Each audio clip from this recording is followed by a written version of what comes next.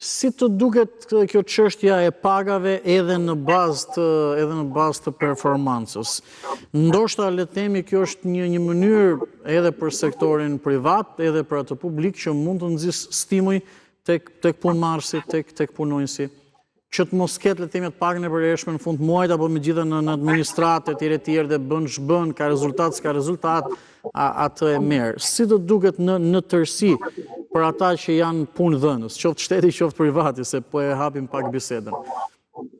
Privati e ka shumë të lehtë, sepse vjen disa objektiva, pra do të thonë privati, do të thonë, e ka shumë të lehtë, vjen objektiva, ka sektor të caktuar që punojnë me objektiva, pra me performancë. Po, me target, me performancë, po. Me target, me diçka tjetër.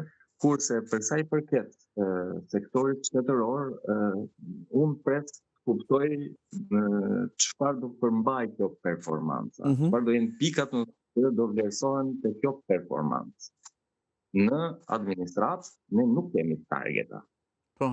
Ose mund të jenë vetëm kemi njësi të caktuara, institucione të caktuara që punojnë me një lloj bazuar tek projekte të caktuara, që punojnë me një lloj targeti, do të thonë qartë, por jo të gjithë. Pjesa tjetër është një punë, nuk mund të them monotone, por është një punë që bazohet në procedura standarde të sakta dhe përveç se do të thonë disa elementeve që kanë të bëjnë pak me ato që quhen soft skills, pra do të thonë me pjesën e vlerësimit të sjelljes, me pjesën e realizimit, do të thonë të disa gjërave, do të thonë bazike, nuk shoh do të thonë se si mund të bëhet kjo performancë. Për sa i përket pastaj ndryshimit të mos bazohet më tek vjetërsia, është pak problematike. Është pak problematike sepse besoj se duhet vetë kodi i punës e përcakton pjesën që deri edhe kur në pritet marrëdhënia e punës bazohet çdo gjë në marrëdhënien e punës dhe rregulloret, do të thonë e brendshme dhe vendimet e tjera e kanë të detyrueshme që të ketë për herë një ngacmim të rrogës në mënyrë të vazhdueshme çdo vit. Pra nuk besoj se duhet të stopohet pjesa e veprimësisë. Por që të shtohet dhe performanca pak a shumë. Performanca, unë pres vetëm të di, domethënë deri çfarë do jenë kriteret që do vlerësohen në performancë. Po, që thoni në një punësim, domethënë në një punë shteti të çdo lloji, themi dikasteri apo të niveli, kjo është pak e vështirë. Unë kam edhe diçka personale që dhe kush e vlerëson në një farë mënyre performancën. Nëse janë disa target e tjerë, por ka edhe vendet caktuara punës dhe shoqëri që le të themi gjykimi vlerësimi performancës është relativ. Dhe ata që vlerësojnë duhet të jenë le të themi të drejtë apo dhe të ndershëm, ose nuk është çdo gjë shifra. Normalisht performanca për herë zhvillohet nga e prori direkt. Si në sektorin privat, të shtetëror. Tu mund të themi nga të dy anët, jo më larg se dje, në një leksion të hapur në një universitet, po diskutojmë për sa i përket asaj që quhet drejtim, pra leadership. Jo vetëm në Shqipëri, po është diçka më e hapur që pjesa e leadershipit e drejtuesve ka një mangësi shumë të madhe.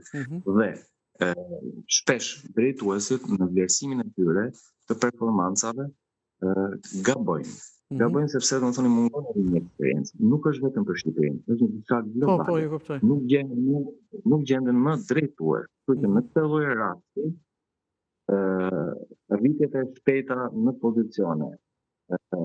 Ndonjëherë do të thonë ndonjëherë dhe pa merit, sjellin një mangësi të asaj të kornizës së qartë të kuptimit edhe të punës bazike.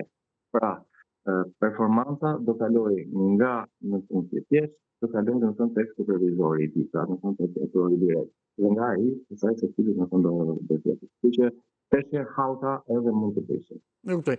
Tjetër element është ngrirja një komisioni që do të vlerësoj punën dhe në fakt do të merret me zbatimin e disa masave apo edhe vendimeve, që do të thotë nuk do të lihen punë shumë pas dorës, sa që të ketë efekte. Dhe të gjitha këto, që themi, bën dhe në kuadër të grup kapitujve që ne kemi hapur me Bashkimin Evropian, që duhet i përafrohemi atij legjislacione për mënyrën se si funksionon administrata edhe në Bashkimin Evropian. Po ju e thatë që duhet shumë kohë. Duhet shumë kohë.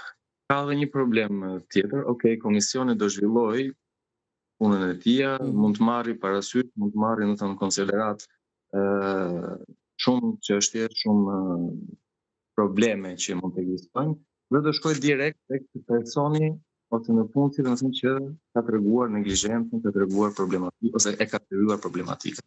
Por mos harron edhe pak edhe një diçka.